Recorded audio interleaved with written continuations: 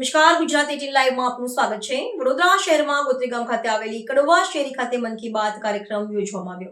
વડોદરા શહેરના ગોત્રી વિસ્તારમાં ગોત્રી ગામ ખાતે મન કી બાતનો કાર્યક્રમ યોજવામાં આવ્યો હતો, જેમાં ખાસ ઉપસ્થિતિમાં વડોદરા શહેરના સાંસદ અને ગુજરાત પ્રદેશ યુવા મોરચાના પ્રમુખ ડોક્ટર હેમાંગ જોશી તથા વોર્ડ નંબર 9ના યુવા કાઉન્સિલર શ્રીરંગ રાજેશ આયરે તથા વોર્ડ નંબર 10 કાઉન્સિલર ઉમંગ બ્રહ્મભટ્ટ તથા કાર્યકર્તાઓ અને હોદ્દેદારોની હાજરીમાં મન કી બાત કાર્યક્રમ જોડાયા હતા અને વડાપ્રધાન नरेंद्र મોદીજીની મન કી બાત સાંભળી હતી। वो अपने आइडियाज का प्रेजेंटेशन कैसे दे सकते हैं। हमारे युवा साथियों की इस जिज्ञासा का समाधान है विकसित भारत में युवा दिवस मनाया जाएगा। इसी दिन यंग लीडर्स डायलॉग का भी आयोजन होगा और मैं भी इसमें जरूर शामिल होऊंगा। इसमें हमारे युवा इनोवेशन, फिटनेस, स्टार्टअप और एग्रीकल्चर जैसे महत्वपूर्ण विषयों पर अपने आइडिया शेयर करेंगे। मैं इस कार्यक्रम को लेकर बहुत ही उत्सुक हूँ।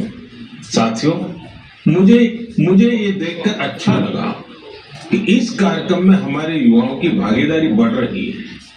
कुछ दिनों पहले ही इससे जुड़ा एक क्विज कंपटीशन हुआ। इसमें 50 लाख से अधिक युवा शामिल हुए। આજે વોર્ડ નંબર 9માં ભાવેશભાઈ અને કનુભાઈના નિવાસ સ્થાને અમારા તમામ માન્ય કોર્પોરેટરશ્રીઓ ઉમંગભાઈ, શ્રીરંગભાઈ, અમારા સિનિયર કાર્યકર્તા કંચનબેન, ભરતભાઈ અને તમામ કાર્યકર્તાઓ સાથે મળી અને આદરણીય વડાપ્રધાન શ્રી નરેન્દ્રભાઈ મોદી સાહેબના મન કી બાતનો કાર્યક્રમ અમે સૌએ નિહાળ્યો અને ખૂબ પ્રેરણા મેળવી। જે પ્રકારે એમણે સ્વદેશીની વાત કરી, જે પ્રકારે એમણે ભારતની વિવિધ જે પ્રાંતની ભાષાઓ છે એ ભાષાઓને કઈ રીતે આપણે એકબીજાની ભાષાઓને શીખી શકીએ, એમાં જે કાશી તમિલ સંગમમનું એમને ઉદાહરણ પણ આપ્યું। એન્ટીબાયોટિક દવા એનું ડૉક્ટરના સલાહ વગર લેવું એ કેટલું હાનિકારક હોઈ શકે એ માટે ICMRના રિસર્ચની પણ એમણે જાણકારી આપી।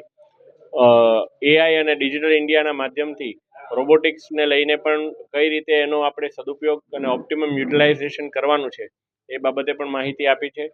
અને અંતમાં આ શિયાળાની અંદર ફિટ ઇન્ડિયા ઉપર વધારે જોર આપવાની તમામ દેશવાસીઓને હાકલ કરી છે। આ મન કી બાતનો કાર્યક્રમ નિહાળી અમે સૌએ એમનાથી પ્રેરણા મેળવી છે અને આપના માધ્યમથી અમે ખાતરી આપીએ છીએ કે વડોદરાના સર્વે નગરજનોને આ બાબત અમે પહોંચાડીશું।